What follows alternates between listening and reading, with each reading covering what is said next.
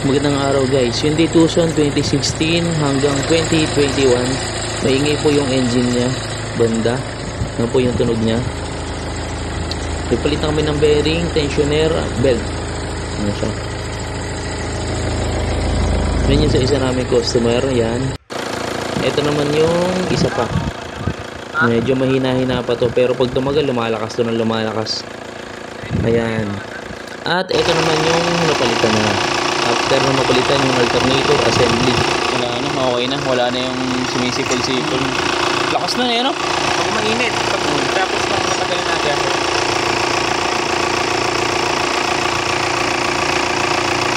Hindi mo na mga patayan?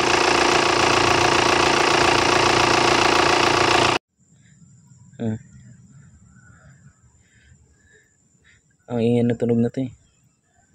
Lalagyan pa niya ng ano yun, safeguard yung ano yun. Ha? Yung belt. Nalagyan niya. Ito yung bago. Smooth na smooth. Anong tunog?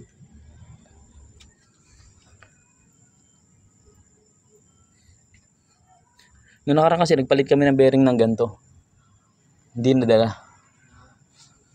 May pinalitan kami na bearing, hindi rin nadala. Ilan na yung pinalitan namin na ganun, hindi rin talaga nadala dun sa bearing. Ito talaga yung ano, yung loob niya. Ang diskarte kasi nito, hindi namin pinadaan si babaw kasi masikip. Dito lang, 3 tornilyo ng tinanggol namin. Ay, saan na yun? Ito. Yun, yung 3. Tinanggal namin sa compressor, hindi namin din rin. Yun, hindi namin pinadaan. Kasi tumutunog siya eh. Yan, kakabit na to. Ano? Dito kasi masikip dito eh. Pag dito mo siya pinadaan. Yung pinaka the best doon sa ilalim. Para di ka na mag-drain nung freon, ilalabit mo lang siya doon. Ilalabas mo lang siya. Tanggal ang belt. Yan, tornilyo. Tornilyo nung ano? Ito lang naman yan. Ito, tornilyo. Tapos ito, 12. Tapos isa sa ilalim. 2 tornilyo na 14 ito. Isang 12 dito. Ito 12 ito. Sino yung 12? Yun. Tapos connector. Ito isang tornilyo. Yun lang naman. Wait na ba?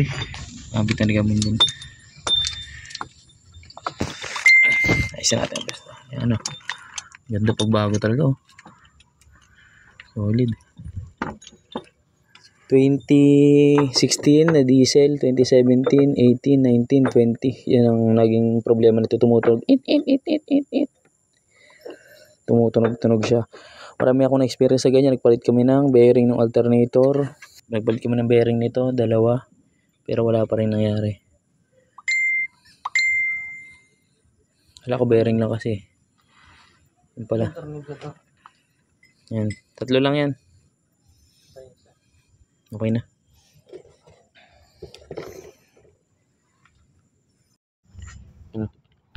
Nakakabit na yung belt, saka yung alternator, saka yung compressor. Ito na, nakabit na yung belt, alternator, okay na.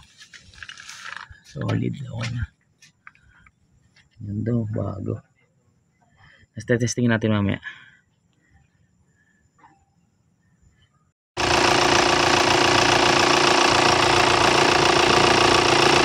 Okay na, wala na yung sumisipol-sipol. Lakas na eh, no? Pag mainit, tapos na matagal na agad.